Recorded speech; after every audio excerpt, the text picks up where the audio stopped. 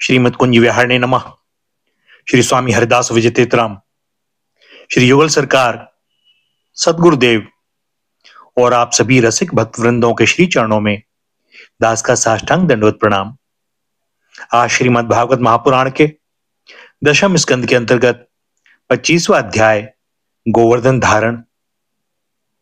श्री सुखदेव जी कहते हैं, परीक्षित, जब इंद्र को पता लगा कि मेरी पूजा बंद कर दी गई है, तब वे नंद बाबा आदि गोपों पर बहुत ही क्रोधित हुए। परंतु उनके क्रोध करने से होता क्या? उन गोपों के रक्षक तो स्वयं भगवान श्री कृष्ण थे। इंद्र को अपने पद का बड़ा घमंड था। वे समझते थे कि मैं ही त्रिलोकी का ईश्वर हूं। उन्होंने क्रोध से तिल मिलाकर प्रलय करने वाले मेघों के सामवर्तक नामक गण को ब्रज पर चढ़ाई करने की आज्ञा दी और कहा, ओह, इन जंगली ग्वालों का इतना घमंड! सचमुच यह धन का ही नशा है। भला देखो तो सही, एक साधारण मनुष्य कृष्ण के बल पर उन्होंने मुझ देवराज का अपमान कर डाला। जैसे पृथ्वी पर बहुत से मंदबुद्धि पुरुष भवसागर से पार जाने के सच्चे साधन ब्रह्म विद्या को तो छोड़ देते हैं और नाम मात्र की टूटी हुई नाव से, कर्ममय यज्ञों से इस घोर संसार सागर को पार करना चाहते हैं। कृष्ण बकवादी, नादान, अभिमानी और मूर्ख होने पर भी अपने को बहुत बड़ा ज्ञानी समझता है। वह स्वयं मृत्यु का ग्रास है, फिर भी उसी का सहारा लेकर इन अहीरों ने मेरी अवहेलना की है। एक तो ये यों ही धन के नशे में चूर हो रहे थे, दूसरे कृष्ण ने इनको और बढ़ावा दे दिया है। अब तुम लोग जाकर इनके इस धन के घमंड और हेकड़ी को धूल में मिला दो तथा उनके पशुओं का संहार कर डालो। मैं भी तुम्हारे पीछे पीछे ऐरावत हाथी पर चढ़कर नंद के ब्रज का नाश करने के लिए महापराक्रमी मरुदगणों के साथ आता हूं। श्री सुखदेव जी कहते हैं, परीक्षित, इंद्र ने इस प्रकार प्रलय के मेघों को आज्ञा दी और उनके बंधन खोल दिए। अब वे बड़े वेग से नंद बाबा के ब्रज पर चढ़ाए और मूसलाधार पानी बरसाकर सारे ब्रज को पीड़ित करने लगे। चारों ओर बिजलियां चमकने लगी, बादल आपस में टकराकर कड़कने लगे और प्रचंड आदि की प्रेरणा से वे बड़े बड़े ओले बरसाने लगे। इस प्रकार जब दल के दल बादल बार बार आकर खंबे के समान मोटी मोटी धाराएं गिराने लगे, तब ब्रजभूमि का कोना कोना पानी से भर गया और कहां नीचा है कहां ऊंचा, इसका पता चलना कठिन हो गया।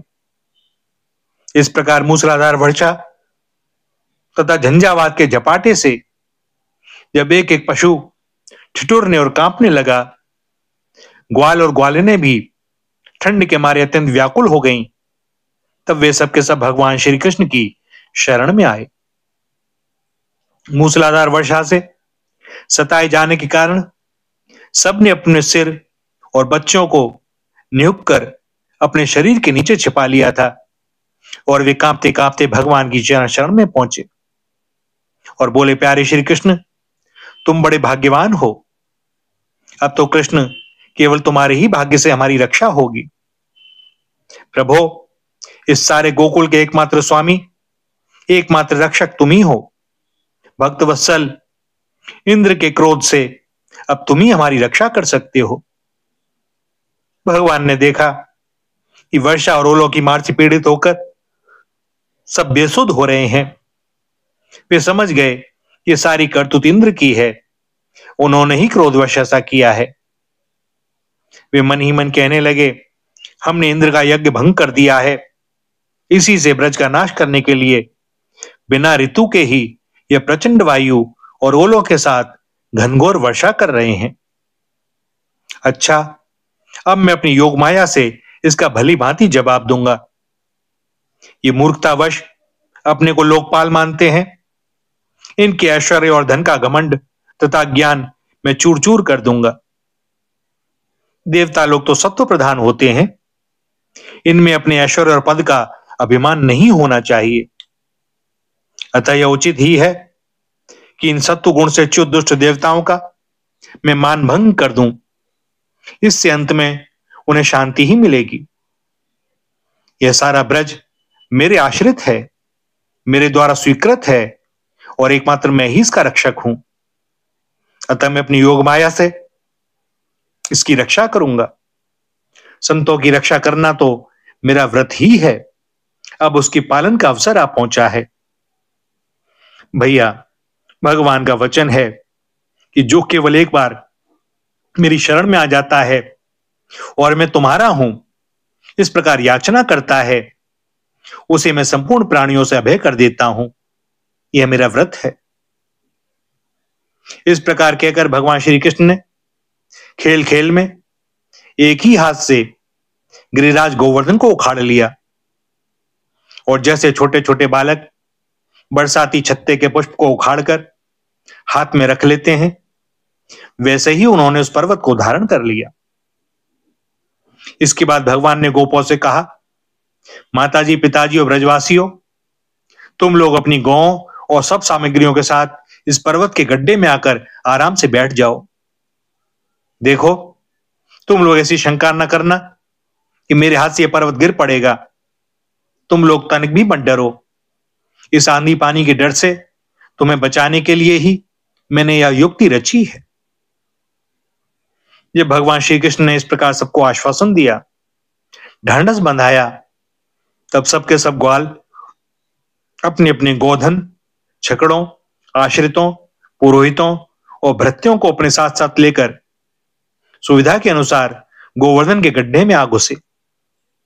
भगवान श्री कृष्ण ने सब ब्रजवासियों के देखते देखते भूख प्यास की पीड़ा, आराम विश्राम की आवश्यकता आदि सब कुछ भुलाकर 7 दिन तक लगातार उस पर्वत को उठाए रखा। वे एक पग भी वहां से इधर उधर नहीं हुए। श्री कृष्ण की योग माया का यह प्रभाव देखकर इंद्र के आश्चर्य का ठिकाना न रहा। अपना संकल्प पूरा न होने के कारण उनका सारा विमान नष्ट हो गया। वे भौचक्के से रह गए। इसके बाद उन्होंने मेघों को अपने आप वर्षा करने से रोक दिया। जब गोवर्धनधारी भगवान श्री कृष्ण ने देखा कि वह भयंकर आंधी और घनघोर वर्षा बंद हो गई, आकाश से बादल छट गए और सूर्यदेव दिखाई देने लगे, तब उन्होंने गोपों से कहा, मेरे प्यारे गोपों, अब तुम लोग निडर हो जाओ और अपनी स्त्रियों, गोधन तथा बच्चों के साथ बाहर निकल आओ। देखो, अब आंधी पानी बंद हो गया तथा नदियों का पानी भी उतर गया। भगवान की ऐसी आज्ञा पाकर अपने अपने गोधन, स्त्रियों, बच्चों और बूढ़ों को साथ ले तथा अपनी सामग्री छकड़े पर लादकर धीरे धीरे सब लोग बाहर निकल आए। सर्वशक्तिमान भगवान श्री कृष्ण ने भी सब प्राणियों के देखते देखते खेल खेल में ही गिरिराज को पूर्ववत उनके स्थान पर रख दिया। ब्रजवासियों का हृदय प्रेम के आवेग से भर रहा था। पर्वत को रखते ही वे भगवान श्री कृष्ण के पास दौड़ आए। कोई उन्हें अपने हृदय से लगाने लगा तो कोई चूमने लगा। सबने उनका सत्कार किया। बड़ी बूढ़ी गोपियों ने बड़े आनंद और स्नेह से दही, चावल, जल आदि से उनका मंगल तिलक किया और उन्मुक्त हृदय से शुभ आशीर्वाद प्रदान किया। यशोदा रानी, रोहिणी जी, नंद बाबा और बलवानों में श्रेष्ठ बलराम जी ने इसने आतुर होकर श्री कृष्ण को हृदय से लगा लिया तथा आशीर्वाद दिए। परीक्षित, उस समय आकाश में स्थित देवता, साध्य, सिद्ध, गंधर्व और चारण आदि प्रसन्न होकर भगवान की स्तुति करते हुए उन पर फूलों की वर्षा करने लगे। राजन, स्वर्ग में देवता लोग शंख और नौबत बजाने लगे। तुम्बुरु आदि गंधर्वराज भगवान की मधुर लीला का गान करने लगे। इसके बाद भगवान श्री कृष्ण ने ब्रज की यात्रा की। उनके बगल में बलराम जी चल रहे थे और उनके प्रेमी ग्वाल बाल उनकी सेवा कर रहे थे। उनके साथ ही प्रेममयी गोपियां भी अपने हृदय को आकर्षित करने वाले उसमें प्रेम जगाने वाले भगवान की गोवर्धन धारण आदि लीलाओं का गान करती हुई बड़े आनंद से ब्रज में लौट आई। भैया यहां पर दशम स्कंद का 25वां अध्याय समाप्त होता है और दास को अनुमति दें वाणी को विराम देने की। आगे श्री हरि की जैसी जो इच्छा। श्री राधा श्री राधा श्री राधा।